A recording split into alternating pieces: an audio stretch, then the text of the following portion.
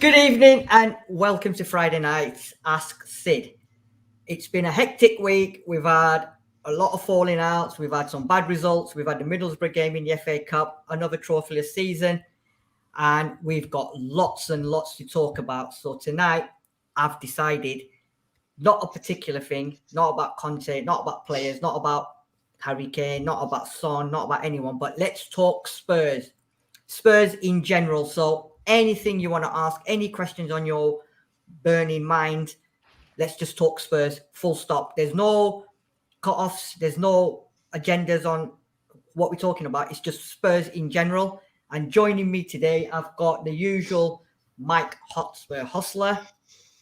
I've got Sean Hotspur Hurley, 61, and the special guest, Jack Flatcap Euro Talk. Good evening, guys. How are we?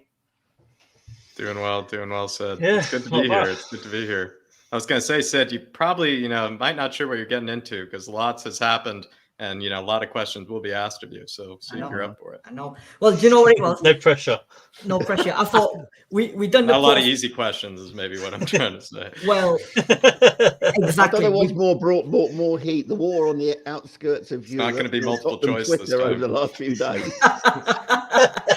Listen, as they said, the heat is on, and it's just everywhere. And I think everyone's talking about it because I've been looking at social media a lot, and Spurs fans have gone into explosion modes. I think what's going on in Ukraine, I think within the Spurs fans and Tottenham fan base, it's just getting toxic. There's so much going on. Everyone's blaming so many different people. Antonio Conte is now beginning to blame. He's now blaming the medical team. He's going to blame the gardener soon. He's going to blame the parking attendants. He's going to blame the security guard. He's blaming everyone. He's going through that whole Tottenham Hotspur PLC one by one. Apart from that, Jack, how's your week been? Everything non-Spurs wise, going pretty well, Sid. Going pretty well. I'll be honest, some of these most recent defeats, lads, they kind of have been one of those ones that I feel like you do kind of carry for maybe a few days, kind of defeats. Whereas I'll be honest, like other ones, maybe towards the middle of the season or the beginning of the season, you kind of just dust off no matter how bad they are, because you kind of just think, oh, we'll just recover it, in, due time. But after ones like these, you kind of do carry it for a few days because you do realize, the season is to a degree maybe coming to an end, which it always seems to do. But yeah, it's doing well though. So doing well. Absolutely. Good. And Mike, yourself, have you recovered from the Borough game? Yeah. It's some of these defeats, like what Jack was saying, they take a little bit longer to digest. And the ones towards the end of the season, I guess I'm saying, hurt a bit more. They hurt a bit more towards the end of the season. Yeah. It's frustrating times at the moment. I think that's probably the safest sort of descriptive word that I can think of. Frustrating, and I think I'm going to stick with that word. Yeah, fine. And Sean, yourself? Lots of opportunities missed, isn't it? Really.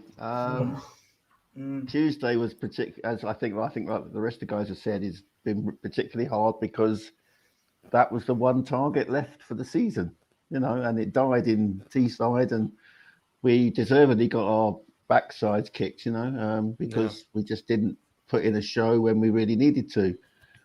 And now it's just a sort of, a coast really to the end of the season, isn't it? Don't say it, Sean.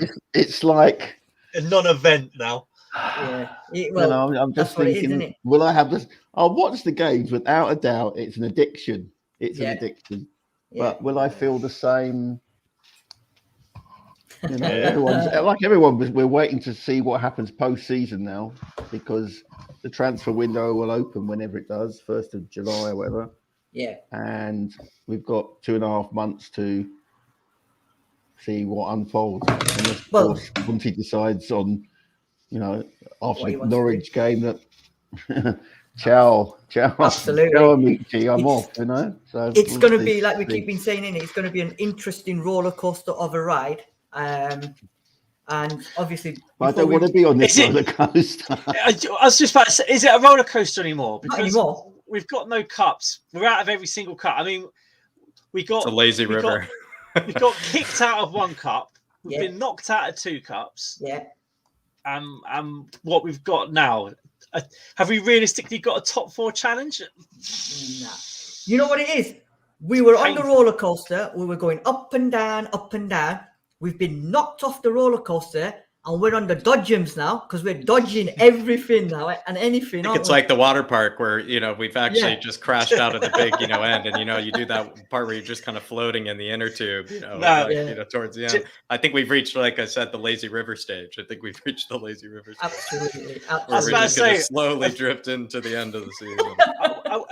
Have we got soaking wet from the big wave that has just hit us? Or If embarrassment counts as big splash, if embarrassment's big splash, I mean, we had Splash Mountain. We had Splash Mountain. Absolutely. This season. Do you know what? I don't know if any of you guys have been to Dubai and the what do you call it? That resort that they've got, Atlantis. They've got this new ride where you go right to the top and you stand there, and then the trap opens and it just you just dive in. Yeah. And we're at that journey now where we're at the top of that thing. The doors have opened, but we're just waiting for someone to exit that hole at the bottom because they don't know where we're coming from. But before we move on, we've got quite a few already watching. Just like to welcome everyone onto the show, guys. If you're watching, please hit that like button. And as you can see, we're try and follow us. Hit the smash like buttons. Whatever you want to do, please just keep liking and liking. And you know what? One of my favorite guys is on here. And I'm just going to put his quote up. Simon Stevens is saying, can't see. Where's he? No, it's not that one. Where are we? Simon, you're the legend because every time you say something, here we go. He'll be blaming you next, Sid, because you look too much like Jesus Perez and it throws the players off when you're in the stands.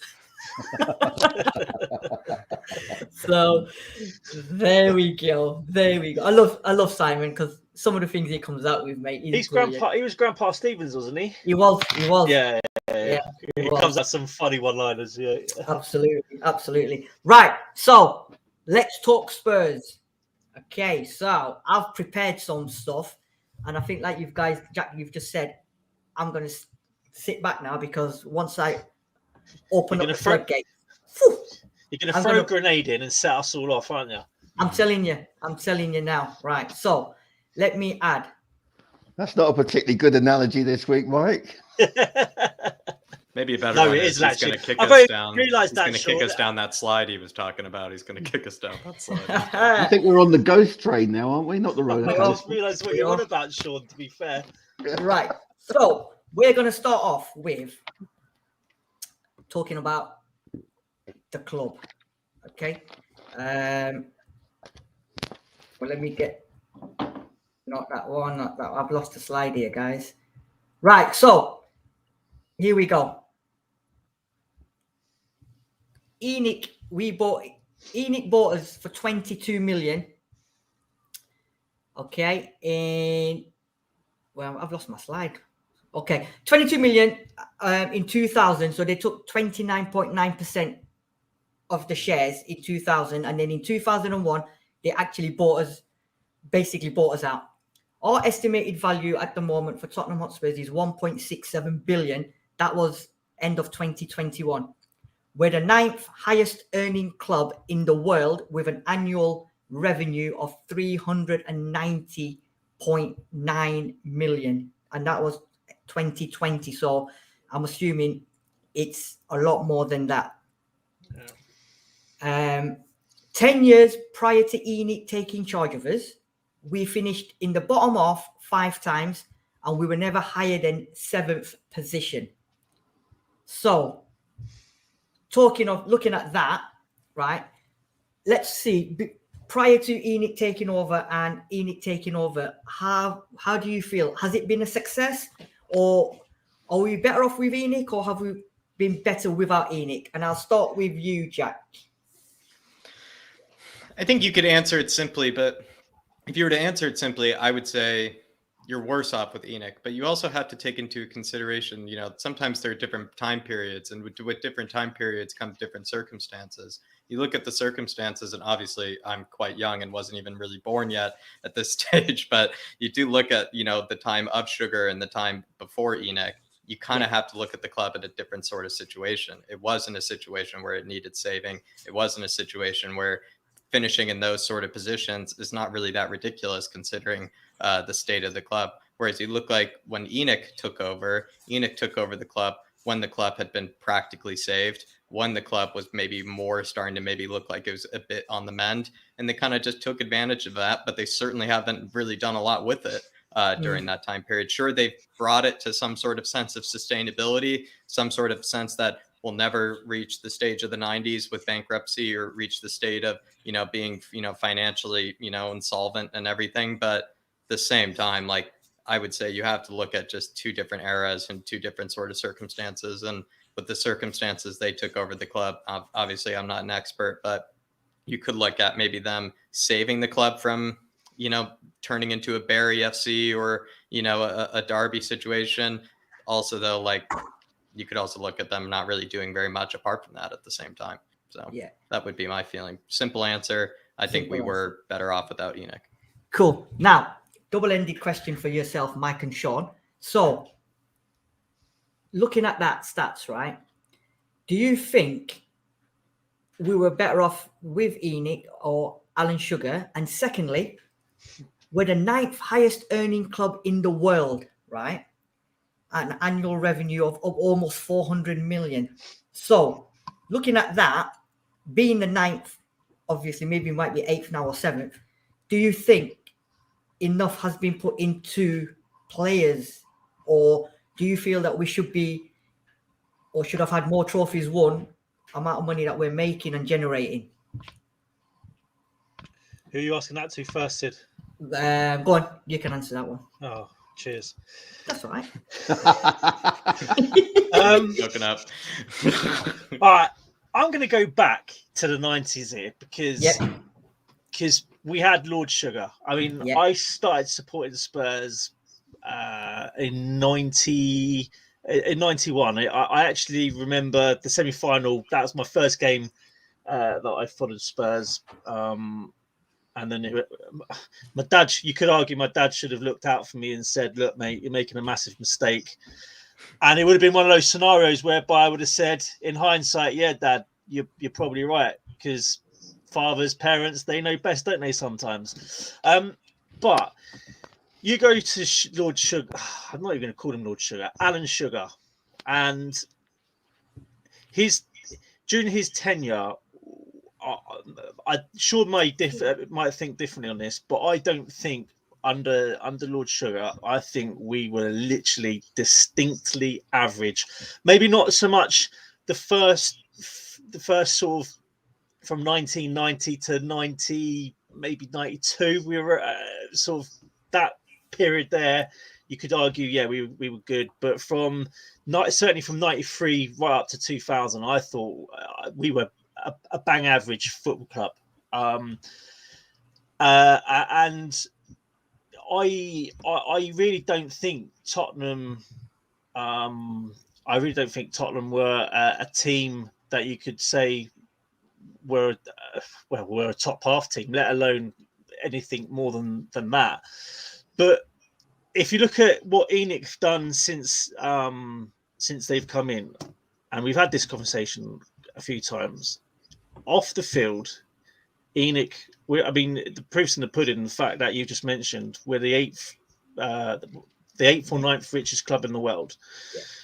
That's purely down to Enoch, Levy, and what they've done off the field. You can't argue with what Enoch have done off the field. They've transformed us as a club, us as a brand, etc., and put us on that pedestal of being global. However, when you look at what we've won on the pitch, you could argue that we've done no better than what we did under Lord Sugar. And you could probably argue that under Lord Sugar, we probably won a bigger trophy than we have done under ENIC. However, you could, again, there's this counter whereby you could say, well, it's not for the want of ENIC trying, because we've been in how many cup finals? We've been in a Champions League cup final. We never achieved that. Well, the last massive cup final, you could probably argue, perhaps was the UEFA Cup back in the 80s, which I'm sure Sean will better than any of us here. Oh, well, in fact, even you said probably no better than me and Jack. But hold the fort on the trophies and stuff like that, because I won't go on to any further. ENIC have a massive summer.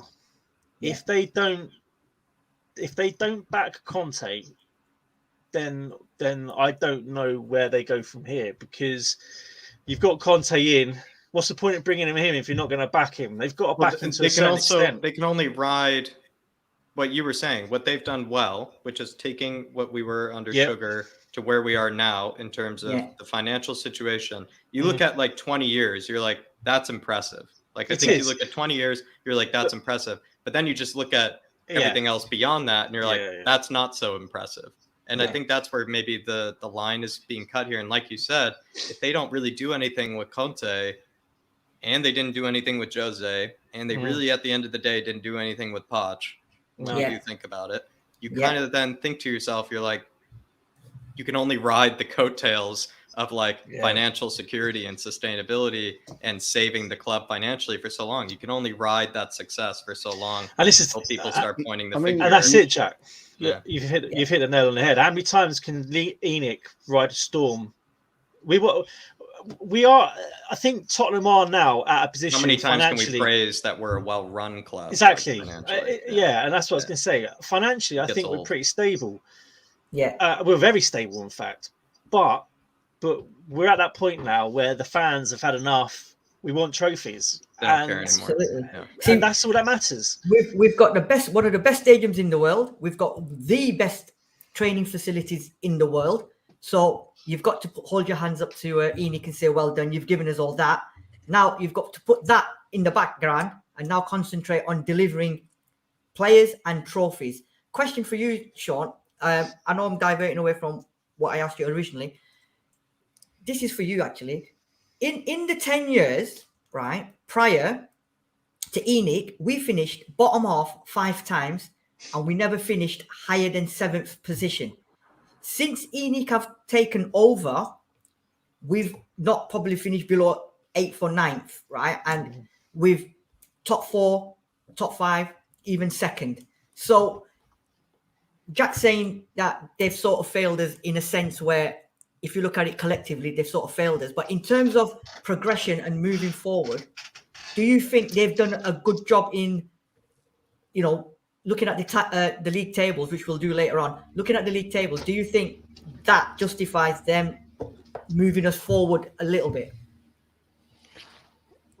There's no doubt that you can say that they've done all these wonderful things in terms of the finances of our club and making sure that we're financially stable, because I go back to even before Alan Sugar, and when the club was run by Irvin Scholar, he nearly ran it into the ground, finished up having to go begging to the late disgraced Bob Maxwell for £1 million loan at one point, So but you could say that Levy has just benefited from a decision that Alan Sugar had a massive input on, which was awarding that TV contract to Sky TV.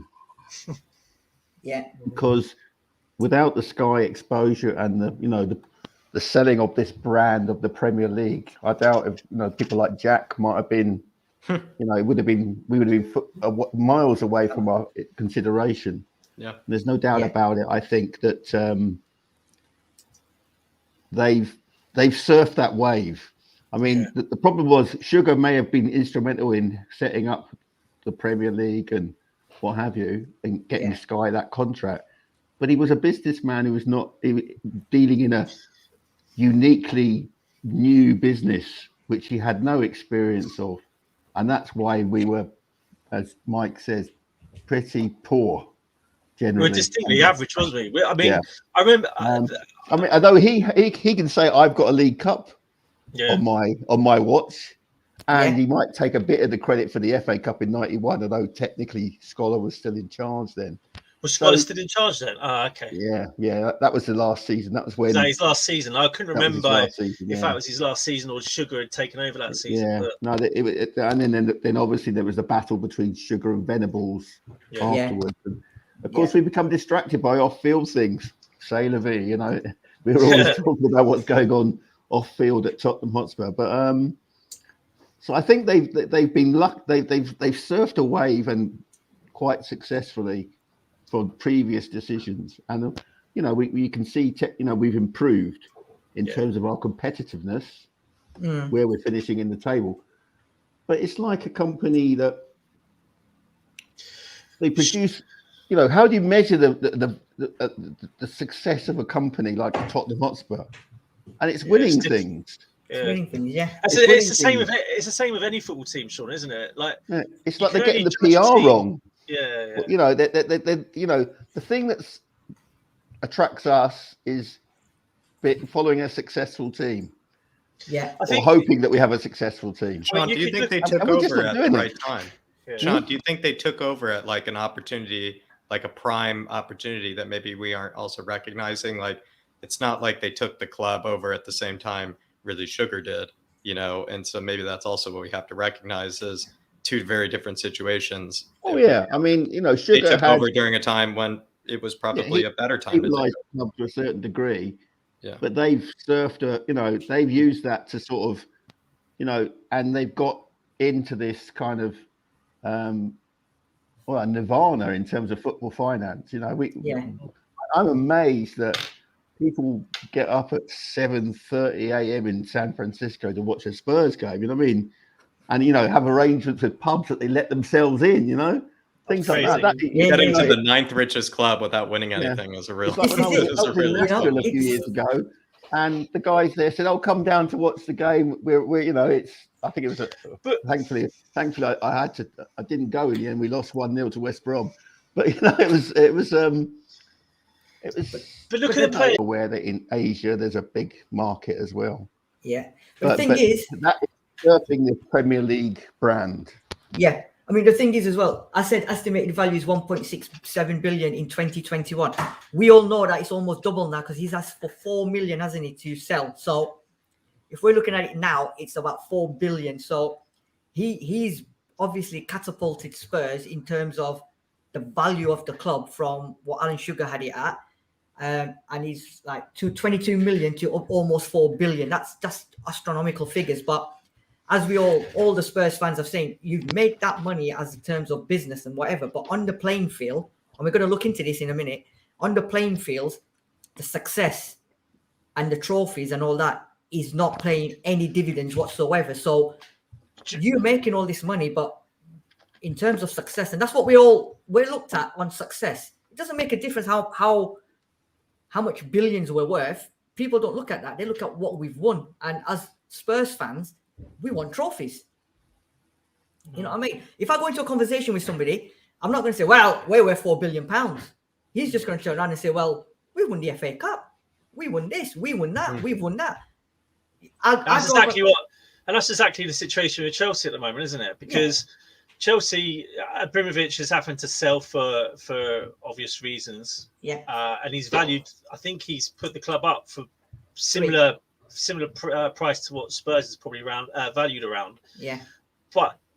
And Chelsea fans, they probably are sad, but they can look back and be like, recent history, and they got tons of it. So, well, it was so great. In fact, it was so great that there are those like kind of memes and jokes coming out that they're all going to become Man City fans because they like couldn't take the fact that it could be slightly less. I remember going to that League Cup final against Chelsea when we lost, and I left before the trophies were awarded, and I was on the tube with Chelsea fans, and I'm going, "Your team's just won." I said, "No, we've done it before." It's like the arrogance of it, But the thing is, you can't blame them, though, can you? It's like, well, fair enough. We'll be back next year, exactly. Next year. I mean, when I was growing up, every decade we'd have 2 or 3 trophies per decade.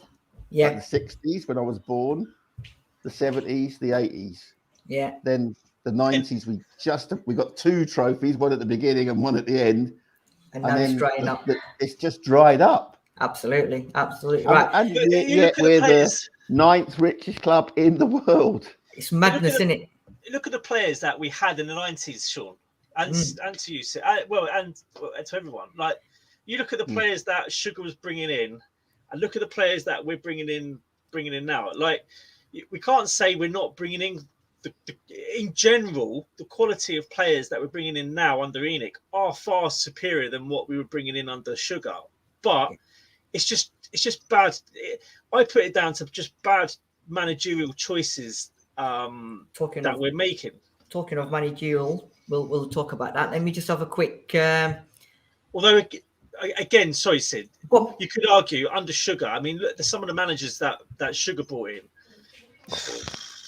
I mean, I'm not going to embarrass myself by naming them.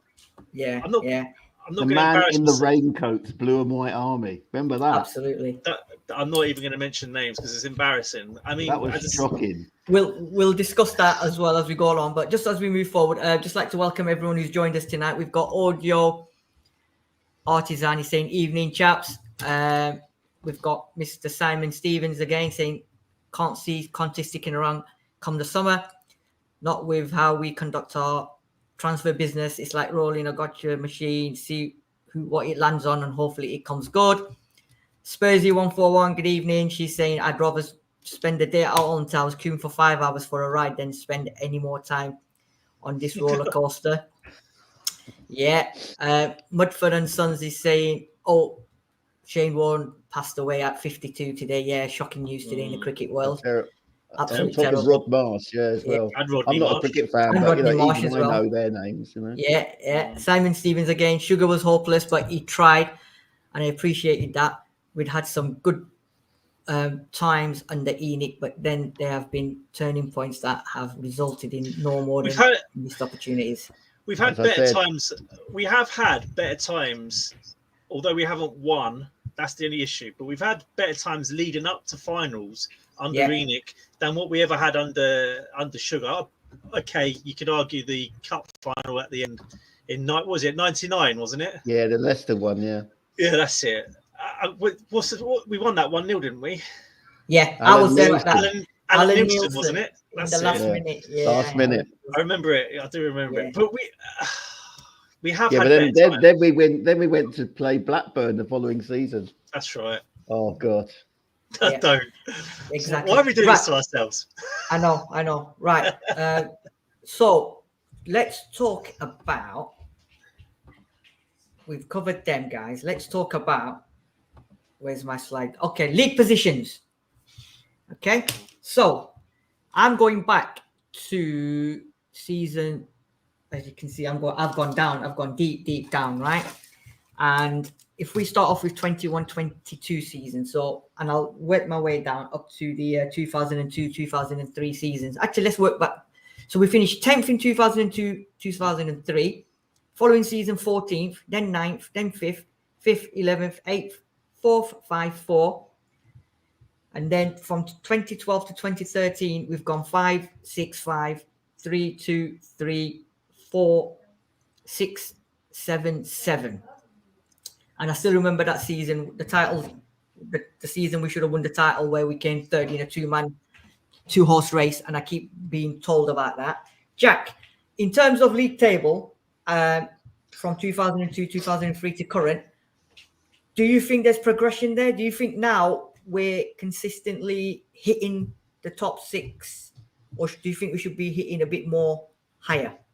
I think it's very obvious to see what years are Poch and what years are not Poch. I think that's kind of the blatantly obvious thing. And maybe that even speaks to the fact that, let's say Poch never happens, just doesn't exist, never, never meets Bielsa, whatever, happens. Yeah. Do we go from, 5th, 6th, 5th to 3rd, 2nd, 3rd, 4th? Do we really do that? You have to kind of think about it that sort of way. So you kind of honestly look like 5th, 6th, and 7th seem to be, in fact, our little home. Kind of like how Everton, their favorite, kind of positions like the 8th and 9th and 7th positions. You kind of look at Spurs, and it seems like the Spurs Cup is like the 5th, 6th sort of positions. Which, to be fair, I think honestly has described my Spurs lifetime. I'll be honest, as being that sort of team, and maybe that sounds depressing, but I'm not really that surprised. Sure, I've seen some improvement, but I think what's quite obvious is you're just looking at the glaring missed opportunity under Pochettino, because you go from consistent 5th, 6th, 5th, or 7th to all of a sudden getting 2nd, 3rd, and 4th, easily and convincingly. And you just look at that as a huge glaring missed opportunity, to be honest. Absolutely. Because the rest of it, like, to be honest, the rest of it looks like my life as a Spurs fan, to be honest. I'm not surprised when I look at it. I'm like, my whole life, we have been a 6th. Like, we have always been, in my life, honestly and openly, always been the 5th or the 6th best team in the Premier League my whole life. Yeah. Always. You're looking back at that. The season we won a trophy, 2008, we finished 11th. I know we did. And that's why we were saying last week, would we take 10th and the FA Cup? Because obviously it seems like we like to finish lower to win the cup. But going back to what you were saying, Jack, it looks like from 2015-16 season is the pinnacle, where we were 3rd, then the following season 2nd. Well, it looks like an 3rd. Outlier. If you looked at statistics, it kind of looks like outlier. And sorry, just my last little word would be, if I were to describe these, like, if you were to describe being a Spurs fan, and I guess these last 20 years under Enoch, if you had only one word, you would say 6th. Yeah, absolutely. And the thing is, I recommend a book to you all, Soccernomics. I'm still playing my way through it, but there is a correlation between wage level and where you finish in the table. I love it. We are the 6th, 7th best wage payers in the whole of the Premier League. And that's what I know we have. There's a bonus scheme at Tottenham which does top wages up. And that's it. You finish where you pay. And unless they're prepared to raise the ceiling, not ridiculous where Everton were paying 105% of their income in wages. But, that kind of, you need to raise the wages to attract the better players. Right. And, we've got a unique opportunity with our current manager. We have. We have got a unique opportunity to say, we need better players to make this guy, help us win. Yeah. And I don't think, the history says we're not going to do it. Right. So I've got a belter of a question for you now, and I'm going to give it to you first, Sean, and then Mike. Thanks very much. That's all right. Right. So in this period, right? Yeah. And we've highest finished was 2nd, 2016, 2017. Our lowest finish was 2003, 2004, 14th. Now, this is the one I'm going to ask you. In this period, we have had Glenn Hoddle, Santini, Martin Yole, Juan de Ramos, Jamie Redknapp, Harry Redknapp, AVB, Tim Sherwood, Pochettino, Jose Mourinho, Nuno, right? I'm not going to put Conte in there because Conte's just started. We've had 1, 2, 3, 4, 5, 6, 7, 8, 9, 10 managers, and we've won 1 trophy in 2008.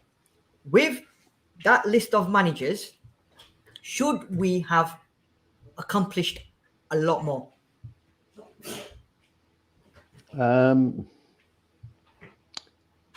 Probably, yeah. Probably, and there's, there are historic examples of, I know a lot of people like Harry Redknapp, but I think Harry Redknapp's very loyal to Harry Redknapp. Yeah. And he took his eye off the ball when the England job became available, and we finished 5th that season when we were nailed on for 4th. Yeah. Things happen, external things happen, and the appointment of Hoddle was just that was. I feel sad because Hoddle was such a good player. I was blessed to actually see him in his first game. So I saw the guy develop at Tottenham, but it's terrible when a playing legacy gets ruined by being a manager's legacy. Much like Ozzy. Do you not think he was a good manager, Sean? I think he was ahead of his time. Yeah, I think he was a good manager, but the support he got from the upstairs was dreadful. Yeah. You know, Yeah. our recruitment has been a weak link at Tottenham for ages, Yeah. and he was a victim of that. You know, he was a victim of that. Yeah. And I think he was a 3-5-2 man before it was even thought of. You know, that's what I was going to say. I think he was ahead of his time. I think kind of like his playing years ahead of his time. To be yes, you could probably. 100%. I would put him up there in terms of like as a tactical, from the tactical perspective. I'd put him up there with the Jose Mourinho's, the Contes of this world. But what let him down, certainly, like you could argue with the England job, for example, was his tongue. He just said certain things that you're like, oh, why did you say that? And he wasn't back even maybe to what he Spurs. said wrong was ahead of its time. Maybe what he said wrong was ahead of its time. Yeah. He shouldn't. And to answer the question quickly, unfortunate. Sid. To answer the question quickly, you actually, when you look at the list of all these managers, you kind of think, to answer the question, yes, maybe we should have achieved something. But with how many managers you listed, you would say, of course, we didn't achieve anything. Look how many managers we have. And so there's no way you're going to have a plethora of trophies if you've gone through that many managers. And we've had some right whoppers there. You had like five or six. If you had 5 or 6, you would be like probably thinking, there were probably plenty of trophies then, because they all had. I also forgot to mention that when they took over ENIC, George Graham was in charge, and within a couple of months they sacked him. And that same season they took over, we lost. I can't mention his Campbell. That's right. I wasn't going to mention his name, but you done it. So we lost Saul Campbell as well. So in that freebie, era, we didn't lose it. We lost him on a freebie. A Bosman ruling, wasn't it? It was. And the shocking thing is, we've had all these good managers, so-called good managers, but there just wasn't enough done. I mean, if you look at my next slide, have a look at this one. This is even, a cup runs, right? So if we look at our cup runs, Champions League final obviously was the pinnacle of everything. 2018, 2019, when we got absolutely robbed in the first 5 minutes and lost to Liverpool in that. Prior to that, being one of the most successful FA Cup teams of the 80s, 70s, 80s, 90s, right? And now in the 20 years since, we've had 3 semi-finals, 2011-12, 16-17, 17 and 18. Now, for a team that used to win FA Cups for fun, we're now, people are looking at us as a fun club now, because since them days, we've not seen an FA Cup final. We're not anywhere near. I mean, this season, we were all thinking... worse than that, we were the most successful FA Cup team of the 20th century. That's right. Let's not beat no Bishop. We were the most successful FA Cup winning team of the 20th century, 100 years. Yeah, absolutely. And look, that's that. And then look at the League Cup. 2021-22 semi-final, 2021 final we lost, 18-19 semi-final, and then 14 and 15 final. So we've had 3 finals that we've lost, right? We just don't turn up for the finals. Jack, and this is that should have, could have, would have again, isn't it? Should we have had at least more finals, and should we have at least won maybe 1 or 2 trophies today? These are all the cup runs from the last 10 years, right? Or the this goes, I've gone, because every other thing, it's like 5th round, 4th round, 3rd round, but these are the ones that I've picked up that we've actually reached a semi or a final. So this is including though the Wande Ramos. Yes, this is everything. Wow. Yes, this is everything. Spectacular. Wow. Yes. So, I mean, it probably then just highlights probably the embarrassing exits that we've actually had. And I think I even saw recently someone actually, highlight all the embarrassing exits that we've had before in these competitions. Some of the times, not really in the case of semifinals as much, but look at that period even in between 11, 12 and 16, 17 right there for the FA Cup. You do kind of think of a lot of embarrassing exits. Even recently now, you think of embarrassing exits. And maybe that's what it's practically come down to is, I don't know how to explain that. I don't know how you go from a cup winning sort of kind of culture to all of a sudden losing to the teams that are to a degree, maybe kind of like yourself, I guess, that are, trying to be a bit of an underdog in the competition. It just doesn't really, I don't know. It just doesn't really compute, doesn't really make sense. It's all of a sudden manifested itself into this belief that we can't win a trophy or we can't win a competition anymore, when in fact, when we were actually quite bad and quite average, that's what we kind of relied on, was to be a bit of a trophy winning side every once in a while. And all of a sudden, despite this team looking, I guess, a bit better and having all the resources to be better, it seems to have this, I don't know, this self-fulfilling prophecy of never winning. Yeah. And there are other defeats as well, Sid, because I'm taking 11-12 Cup semi-final. That was Portsmouth, was it? Yes, I was there. I was sat in the I was right at the top. I mean, we lost to Arsenal in Edic's opening year, did we not? When they sacked George Graham the week before. Well, these I don't think so, because when I've done it, these are all every other thing that I've not put. It was like 4th round, 3rd round, quarterfinals, and the only semi-finals and the finals I found is this. Unless my stats, we lost to Arsenal in the semi-final, definitely at Old Trafford, the last season that Campbell was with us. Okay. We've also we lost to Man United in a League Cup final, didn't we? Yeah, Man United was 2008. Yeah. Yeah. So there's worse, actually. I mean, I'm just saying that you're being very nice to us tonight, Sid, because there are other finals that we've missed out on as well, and they were under Enix's watch, So it's there does seem to be, certainly since the turn of the 21st century, an inability to get over the semi-final stage, and even when we do get to the final, we just falter then, Just don't turn up, do we?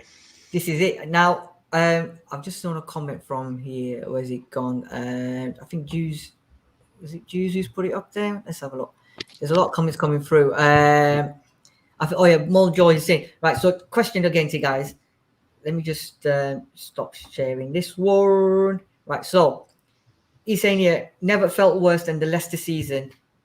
I still cannot believe we didn't win it. This is the season where we came third in a 2-horse race. Do you think then, Mike? I'll start with you. Do you think that was and will be the last time we actually have a shot at actually being front runners to win the league title? Because we were so favourites throughout the whole season for that one. Do you think that was it? It's a good question. The mood that I'm in, I want to say, yeah, that's it. We're done. We're never going to reach we're never going to reach that sort of pinnacle, being in a league title race. But even then, we were up against it. Leicester, it was Leicester's to lose. Yes. However you want to see it, it was still Leicester's to lose. And I mean, that Chelsea game, they were given a lot of leeway. Yeah. Lots of teams didn't seem to just not show up against Leicester. Yeah. And they were always playing after us. Yeah.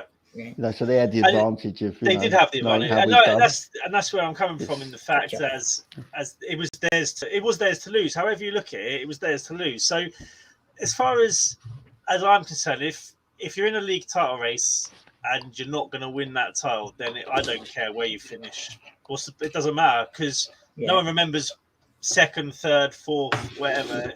If you're not going to win the league, as long as you don't get relegated, I don't really care where we finished. And that's how I feel. Like, no one remembers 2nd, no one remembers 3rd. Yeah, you might get Champions League football, or you might get European football if you finish 5th or 6th, whatever. But no one cares. No one remembers it. So, as far as I'm concerned, that whole nonsense of you finished 3rd in a 2-horse race, that is nonsense. I mean, if you don't, at the end of the day, if you don't win the title, who cares where you finish up, especially if you're that close to it. I mean, as I say, it was Leicester to lose. And I don't think Leicester never looked like they were going to slip up. They just had that momentum. The fixtures, you could probably you could probably argue to a certain degree the fixtures favoured them when they were playing those games, kind of favoured them. Yeah. You could debate that either way, but yeah, We were also in Europe as well. Yeah. So we had extra games to play. But Jack, yeah. Jack, do you think that the time has passed for us now to win the league, or do you think we might have another crack, or was that the one and only opportunity we probably would have had? Because the reason I'm saying that is because the next comment from Jews Nuts is saying Newcastle is the X factor. We can't compete when they get sorted. Top teams will eventually be the two Manx, Liverpool, Chelsea, Newcastle. ENIC has their work cut out. Do you agree with that? ENIC do have their work cut out, but I think, like, again, I've kind of spoke about this before when it came to the Sugar ownership versus the ENIC ownership. It's the same principle of like different conditions, different environments, different situations, different eras. When you do look at the Poch era, that was during a time when Man City were kind of rebuilding, when Liverpool were kind of rebuilding, when a lot of teams were rebuilding. So it almost kind of explains why we even finished so high, was because a lot of big teams that now are imperious and almost impossible to beat were actually trying to get to the stage that they are now. When you look at it, I feel like once Pep Guardiola leaves the Premier League, it's up to anybody really to win the Premier League, if you ask me. The guy's kind of a flat track bully, it feels like, any team he goes into when it comes to the Premier League. So once Pep Guardiola leaves, I feel like our chances increase by 20%. I'm not even kidding. Klopp as well, like maybe Klopp, once with Klopp, once perhaps Mane and Salah, who are kind of getting on, you might say, like, they only have maybe 1 or 2 more years, maybe 2 more years, you could probably say, left at that high level. They move on. What happens maybe to Liverpool, especially Klopp, that's kind of to a degree like ours in terms of actual investment. And at the end of the day, they invest about the same amount of money as us. They just spend it better. And then look at Chelsea all of a sudden as well with a new ownership, and who knows if they'll be spending the same. So what I'd like to say is things change very quickly, and all of a sudden, who knows, Spurs are in a situation where it's actually maybe level pegging, actually to compete for a title. It may look like right now that Man City and Chelsea and Liverpool are going to win all the titles for the next 10 years. But all I can say is, as we can even tell right now, things change quite quickly. Environments change quickly. And the Premier League changes. All of a sudden, Man City, let's say when Pep leaves, who knows? Man City all of a sudden just aren't the same team anymore and drop down to 4th and 5th. And Man United, we see what they're doing right now. Man United haven't won anything at all for like basically the last 5 or 6 years. So look at how ridiculous that is. If someone had told you that, 10 or 15 years ago, Sid, I mean, you would have laughed if someone had told you that. So thing as well, these sort of things, everything changes. The ethos of everything. The Premier League is, I would say, unpredictable. And that I would say, yes, Spurs are going to be competing for a title, if not winning a title in the next 15 years, I would say. Yeah. Okay. So that's made me feel so much better. I think things change that quickly. I think as I can tell right now, because like I said, one of them is being Pep is leaving.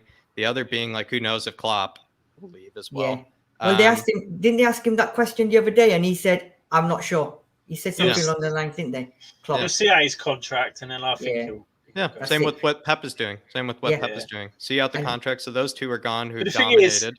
And then new ownerships are like coming in, and Chelsea's ownership might not be as invested as Abramovich's. Because at the end of the day, I think Roman Abramovich actually really liked football, which is why he invested so much in his teams. It was like little toys for him. And then came to buy us. That's why everybody wanted him to buy us, because he actually likes football and he wanted to invest in the footballing side. I don't know. Like I'm just saying, things change dramatically quick, and I don't think the Premier League is like on this 10-year trajectory where we could say exactly where the Premier League is going to be in 10 years. Who knows? In 10 years, Liverpool might be back to competing for 7th and 8th and 9th again, with the days, of pretty much mediocrity. Who knows? Yeah. Right.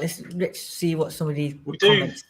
Go on, Mike. I was going to say, we do need a shake-up now, though. Like, if you look at our previous owners, like Sugar and stuff, and even in other teams, every 10 years, it seems like there's always a shake-up, give or take.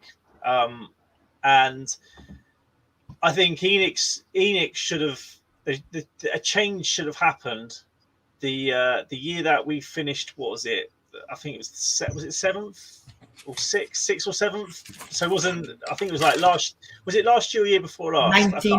2019-2020, we finished sixth. That season there, when we started dropping out that top, that's when I feel we should probably have had a shake up.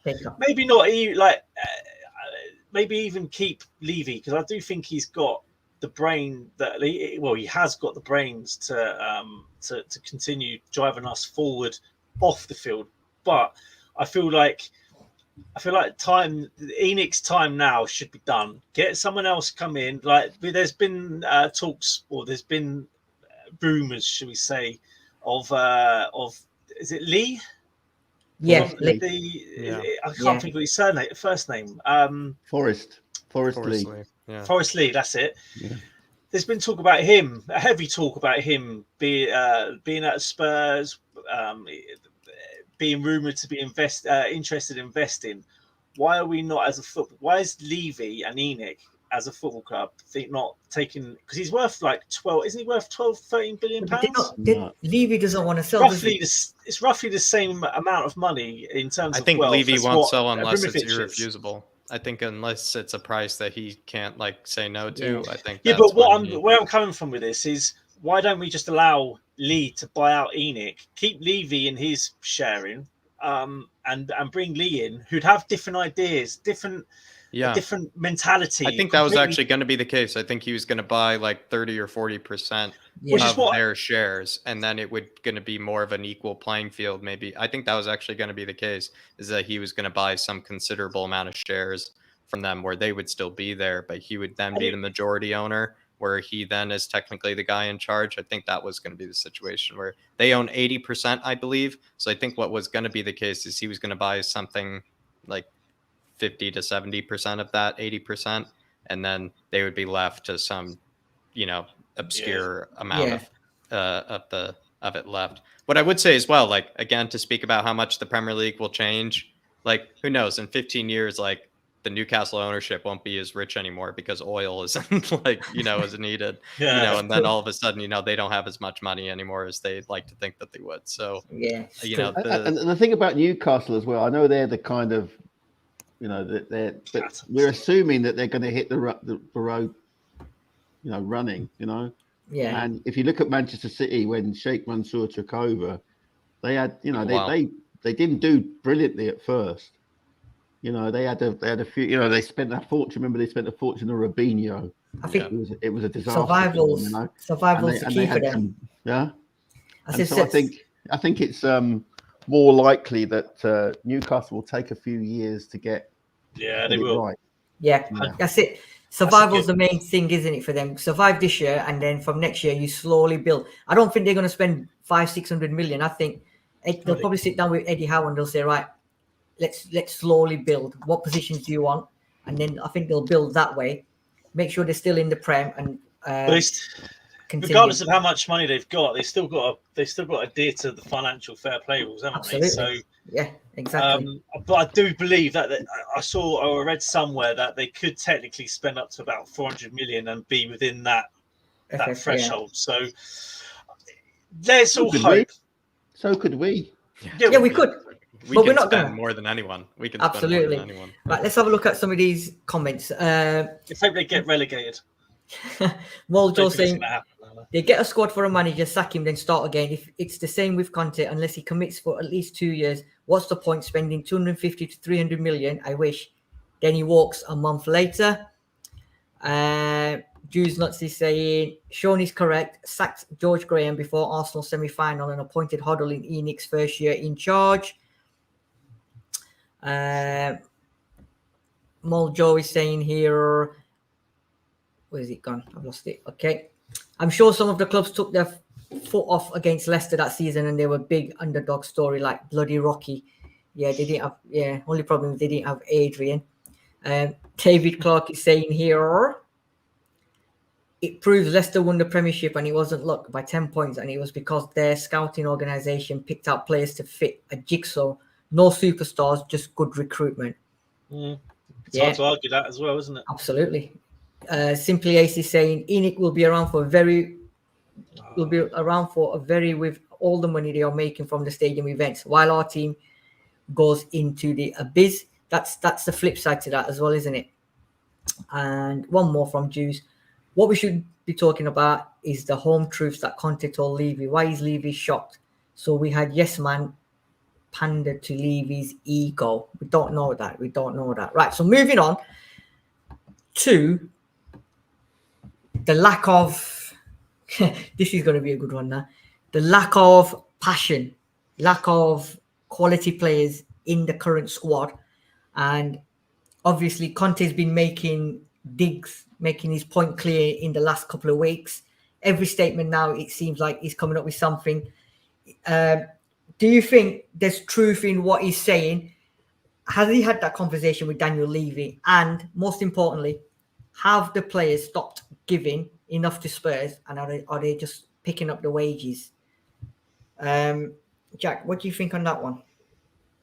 A few of them there. I think he has had that meeting with Daniel Levy, probably either just so that maybe Daniel Levy knows, even for PR, purposes next time that, this could happen. I'm pretty sure they had a meeting of some sort.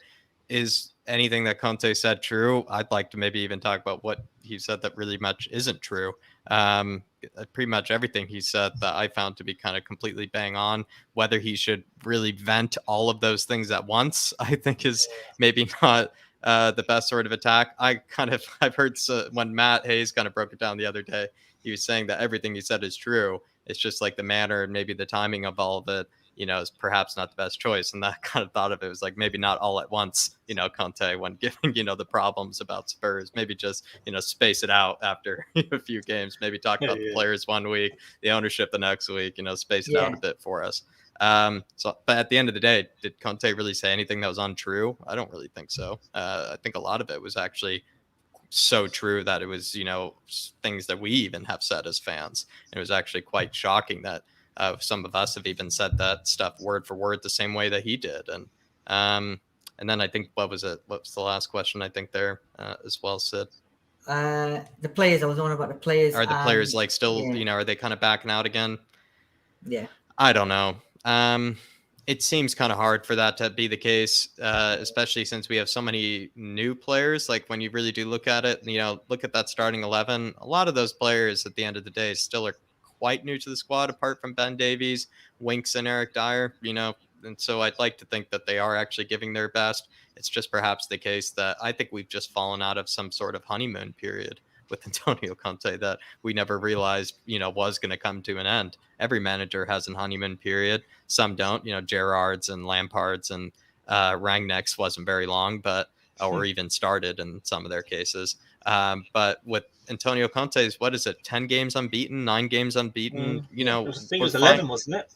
We're finally coming out of that big honeymoon period. And I think we're kind of being smacked in the face again, all of a sudden realizing that this squad is, it can be bang useless, average. and the squad is bang average, and all the things we were saying at the tail end of Nuno. We're saying all the same things at the tail end of Nuno.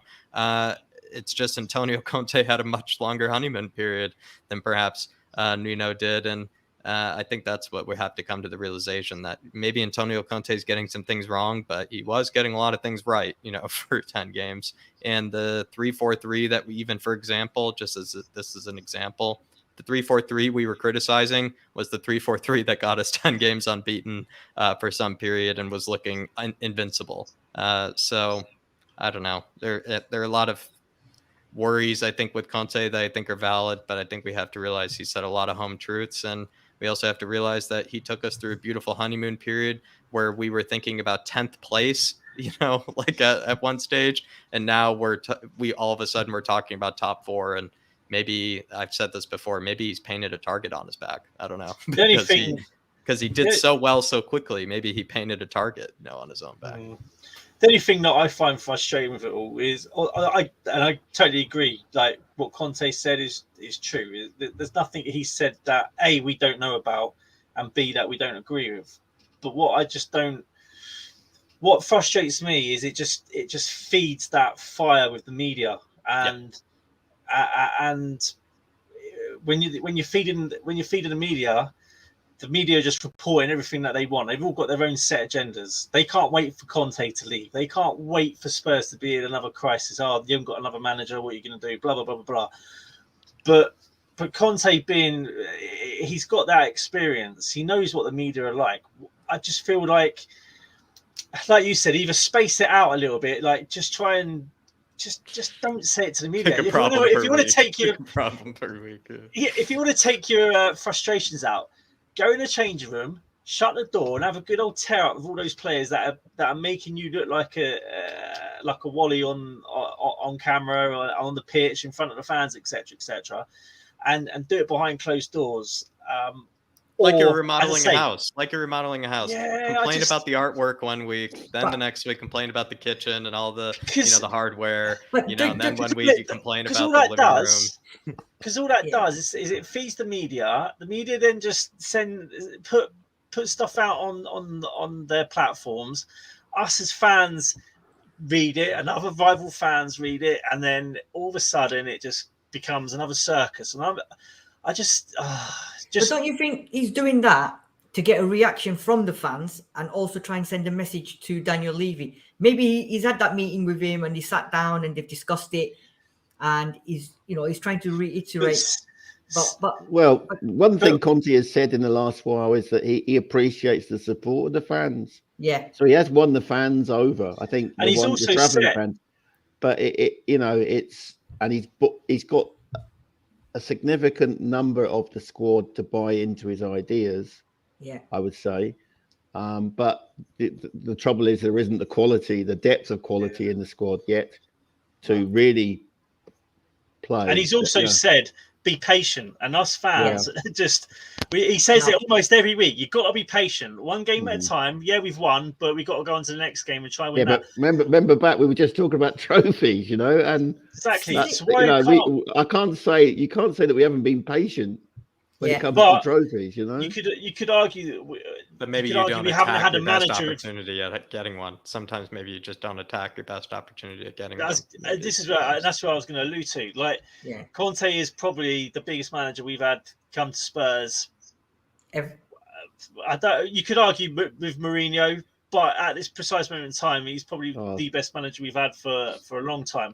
So if he's telling us just be patient, give him time, he's got you kind of just have to. He's telling you jump. If he's basically. Yeah, this is where I say that you got to kind of go with it. Yeah, this comment from David Clark. Our director of football has some questions to answer. Royal was bought as a fullback for Nuno. A fullback, seriously. So should we be questioning some of these transfers that have happened? Because I'll spin this. Let me spin this to you, Sid. Let me spin this to you because we spoke about Steve Hitchen and the 300 million. The 300 million the guy has wasted. We calculated it all up, tallied it all up. We all admitted 300 million wasted. Think about the last signings that Paratici has made. Take Kulusevski, Bentancur, and Romero.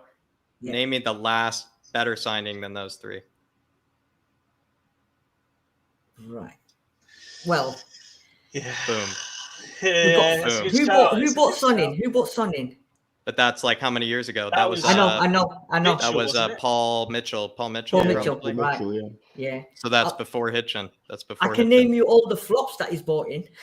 But what I mean to say is I have this belief that for some reason no one ever spoke up about all the money Hitchen wasted. But the moment Paratici comes in, and I get it with all of this reputation and everything, you kind of want to slam him down. But you think about it that way. If he's had 2 windows and those 3 signings that I just mentioned are not better than any signing Steve Hitchen ever made, and even probably plenty of the signings even Paul Mitchell made apart from Sonny, you kind of look at it and you're like, why are we trying to criticize the guy? Maybe he's gotten it wrong. I feel like with Emerson, you look at it though, like I feel like Emerson would be great for Jose. I think Emerson would have been great for Jose.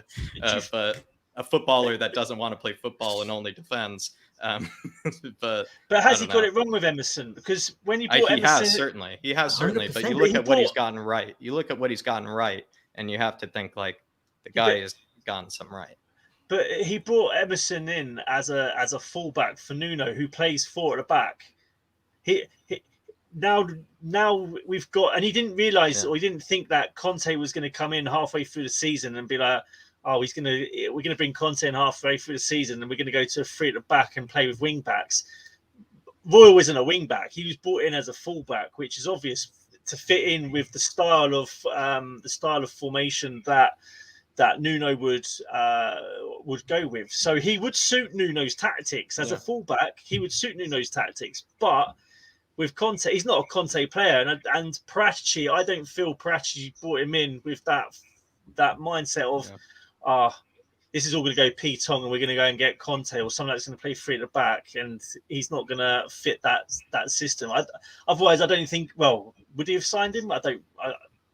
You'd like to think he probably wouldn't have done. The thing is, though, right, with Royal, every time I see him play on the pitch, when you look at Romero, it terrifies him because that was in the middle of the goal. We had about 5 players marking the 2 that ran, and Emerson Royal was stood in the middle of the goal, and I think Spence was to his left.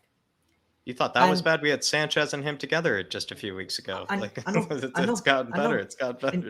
At least Conte's realised with Sanchez, he's not come back. He hasn't really come anywhere near that first 11 since. What was it, Southampton? Yeah, was it the Southampton game? I think it was Southampton game. He hasn't come anywhere near the first 11, apart from maybe a cameo, couple of minutes here and there. But Conte and Sanchez shouldn't be anywhere near the first 11. He's not good enough.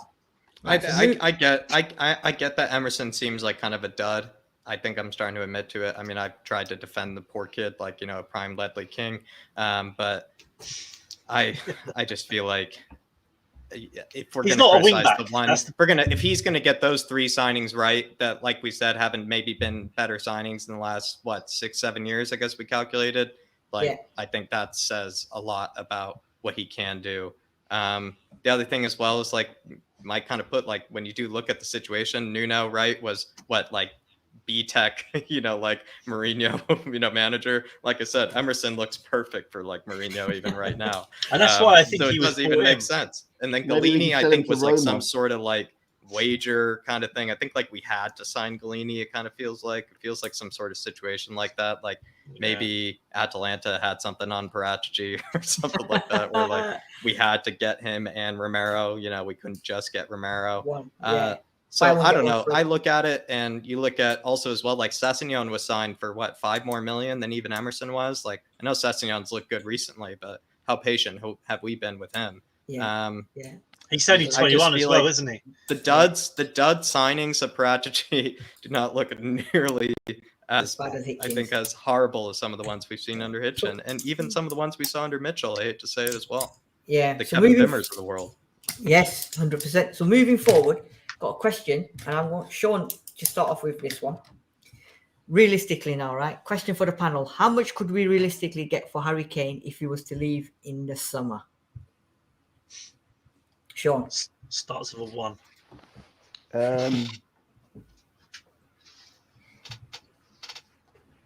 I suppose it depends on the purchaser, but we certainly would be looking north of 100 million, wouldn't we? Right. Yeah. That's what he's worth to us. Yeah. That's how you've got to judge it. What's he worth to us as a club? Mm-hmm. Yeah.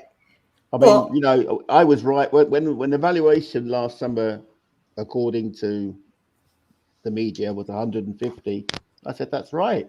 Yeah, that's Does right. It depend on where we finish? Maybe in this situation too, maybe our bargaining power. I think it's more important is how much is his contract left to go. I think it's only 2 years. 2 years, and I think I also heard or read today as well that the best price we would get would be once it reaches 2 years. That'd be the best price. Thing is, it's all very well selling him if you're going to bring in an adequate replacement. If we're not going to bring in an adequate replacement who knows where the back of the net is, then I'd keep him. I just wouldn't. But if the push comes to the shove, right? And I read today as well that Harry Kane did say that end of the season will depend on if Spurs 50-50. Yeah, said something. And he said something to do with the FA Cup. He wanted to win that FA Cup, and that should have showed it more. Well. Yeah, should have demonstrated more determination on the pitch. Exactly. So, Sean, what would you take if the push comes to the shove and he says, "I want to leave"? What are you willing to take for him? 125. 125. And okay, so It's fair point. So I would probably agree with that. 120. is that your starting price, 125, or is that the final price you would take? I'd take that. I'd take take that. 125. Yeah.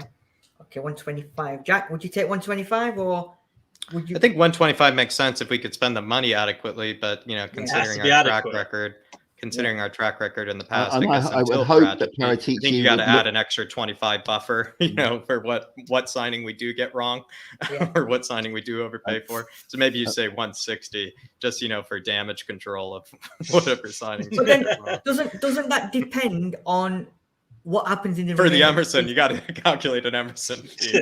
So you got to add 25 million. Sean, what was you going to say? I was going to say it will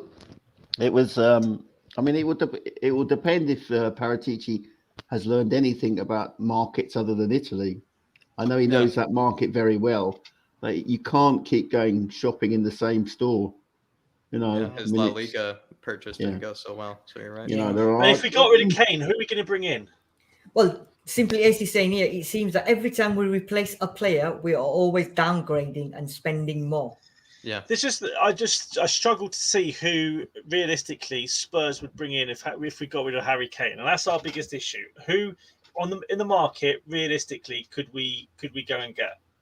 I think we'd all struggle to name a striker.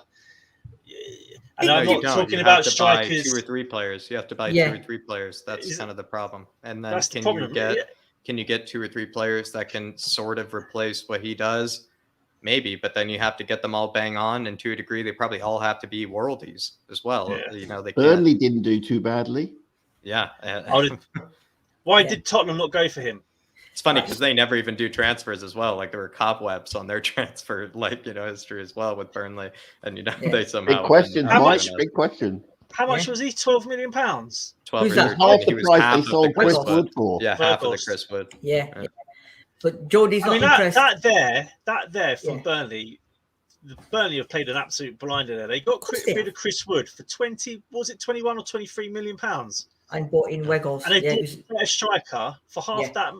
They bought a better version of Chris Wood, like the same Chris Wood, just a better version of it. Beautiful. Absolutely. You got to take your house. That's how you do business. Yeah. What's Jody saying? Spursy 141 is saying basically, if City aren't willing to pay, who's going to pay? And that is a very good question. I think City are going to go with. They're going to go and get a Haaland. I can't see anywhere else that he's going to go other than City because his dad in the connection of that club. I've heard Man United. Apparently, I've heard Mbappe to Real Madrid and Harry Kane. Well, I've heard Man United. I've heard Man United. His wages and Ronaldo's would be the size of a country. Why would? There's no way on life's earth that Haaland is going to go to Man United after not Haaland. He did to his dad. Harry Kane. Harry Kane. Yes, I've heard Kane to United. Not while Ronaldo is still there. I don't think Ronaldo, Cavani, and them lot will be there at Man United next season because they're looking at. Yeah, I don't think so. And I think they're looking at Kane. So it's interesting, And Mol Joe's just thrown one in, and I read this, and I've even seen the interview on Talk Sport. Alan Brazil said Poch is only interested in coming back to England with Spurs. So we'll leave you back Conte if he can get his mate back. And apparently, when he said it, I think he was in studio on Ray Parlour, and he said, from a very, very good source, I've been told. And Parlour tried to get it out of him, and he said, I'm not going to reveal the source, but he has said, if there's one club I'm going to go back to, it's Spurs. And Parlour said, man's got a contract. And he went, don't worry about the contract. Who said that? Ray Parlour said to him, that he believes he's got a contract with PSG, so he's got to stay. But what's his name? I think he's leaving after this season. Yeah. PSG. And Alan Brazil said that from a very close source, which he can't reveal, Poch wants Spurs. So is he going to be a good fit? Sean, your mic's on mute. I saw that, but then hasn't the focus of this podcast been about we need to stop the media spin? Of course, yeah. I mean, I would say that Alan Brazil was getting in practice for the Cheltenham Festival, and that's probably what he was alluding to.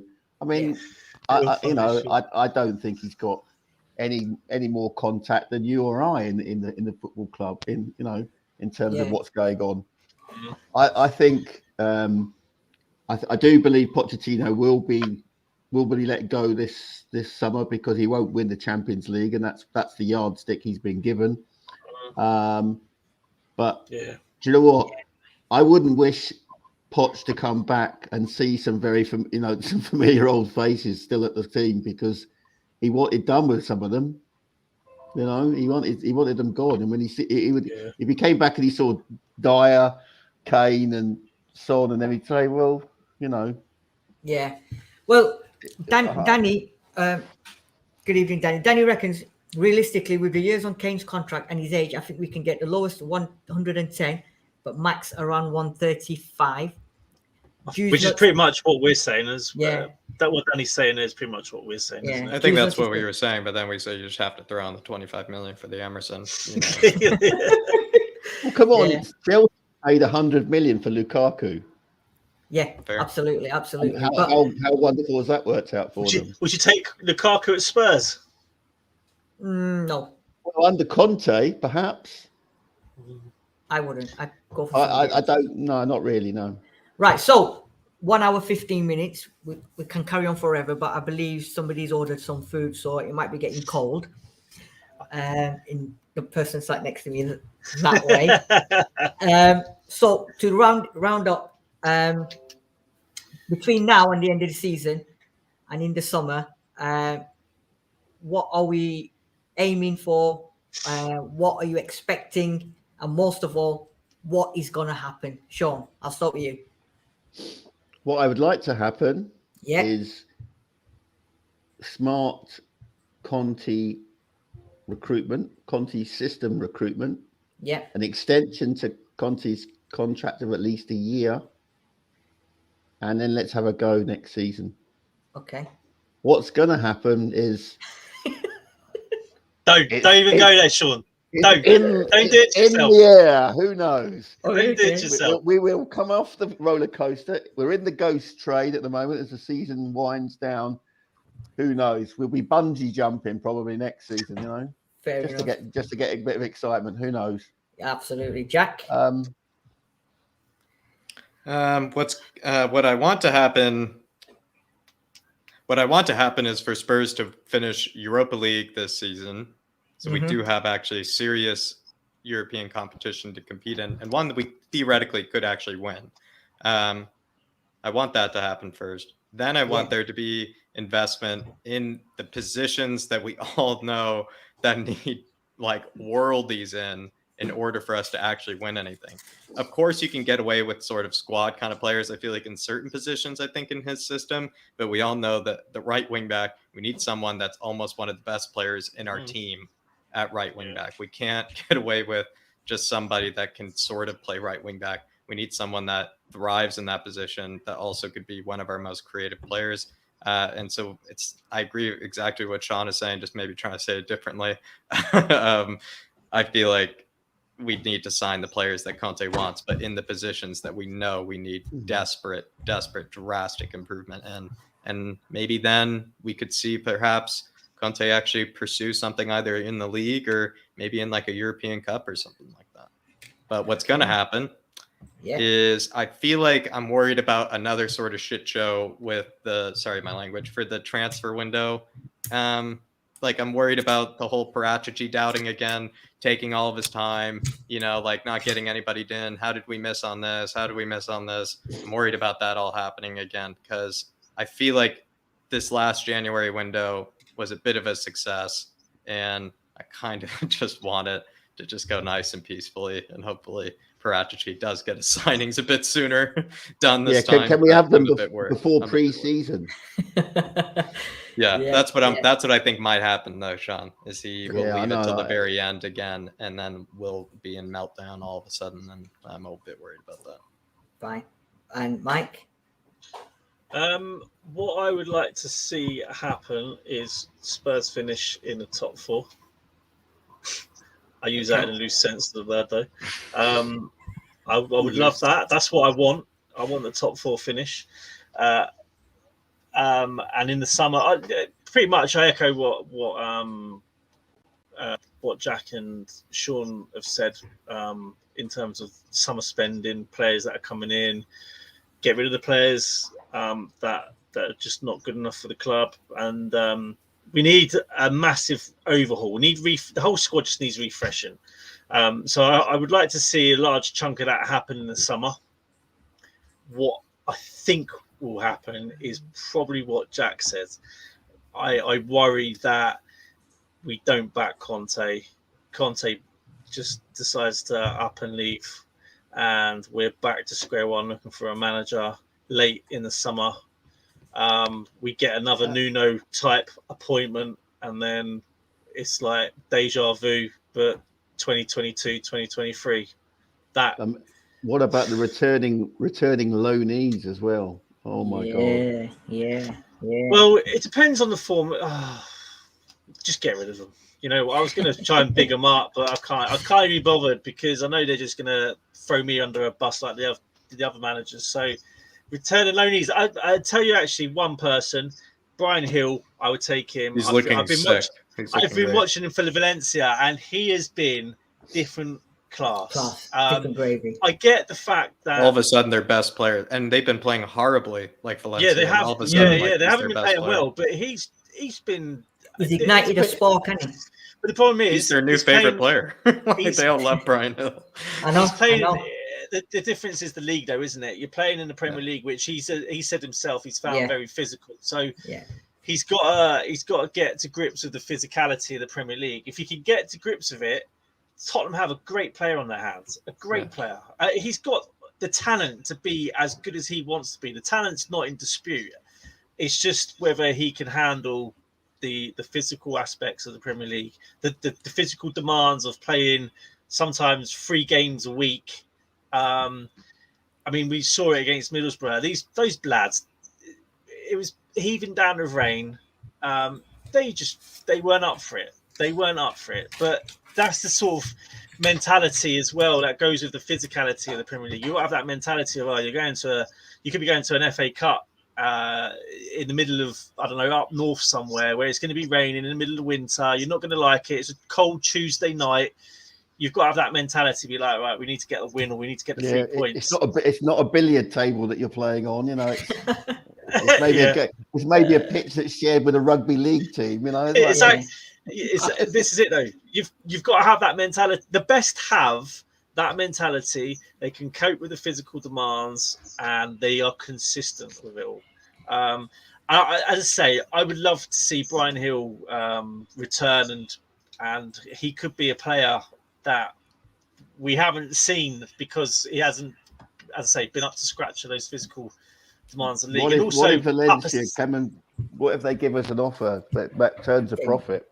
Nah, I wouldn't take it because whatever happens, even if he had a mediocre season at Spurs next year, he would still turn a profit for us on that basis. And he's only what 20? Is he 21, Jack? 21.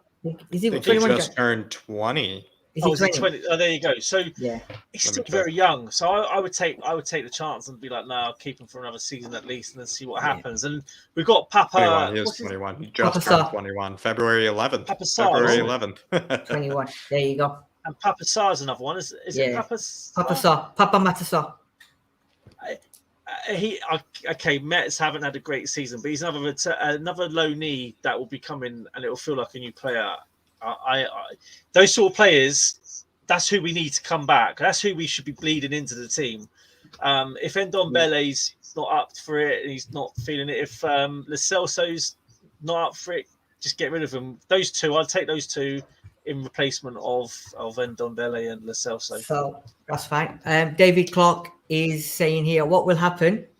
Conte will ask for top class experienced players, but Daniel Levy will buy young players, so Conte will walk in off the season. Very strong possibility. Paul Joe is saying here, I'm telling you, Sean, Poch in and Levy gives him 300 million to spend. Danny is saying, I want to see Harry Winks made as the stadium garbage man. Oh, come on. I'm not having that. That is too... He's just terrible. killed Harry Winks. I know. David Clark is saying Spurs will finish 7th. So, Oh, please, right. God, not 7th. Okay. So, guys, quick. I don't want a long-ended answer. I just want a simple yes or no, and I'm going to go to each one of you. I've got 3 questions, and I just want a simple yes or no. And if you say anything more than yes or no, I'm going to cut you off. Right. First one. Mike, to you. Conte staying or going? Staying. Mike. Sorry, Sean. Staying. Jack. Staying. Right. Next question. Will there be money to spend? Yes. Sean. Yes. Jack. Yes. Cool. Final question. Everton, home, Man United away. Next 2 fixtures. Prediction. Mike. Both wins. 2 wins. Sean. 3 points. 3 points. So is that a home win and an away loss. Okay, Jack. 4 points. 4 points. Okay. Have we got United away? We got United away next week. Yeah. Sorry, Remember they beat us 3-0 and cheerio Nuno. Yeah, no, I'm going to stick with it. 6 points. I might be barking up the bloody wrong tree here. But... Cool.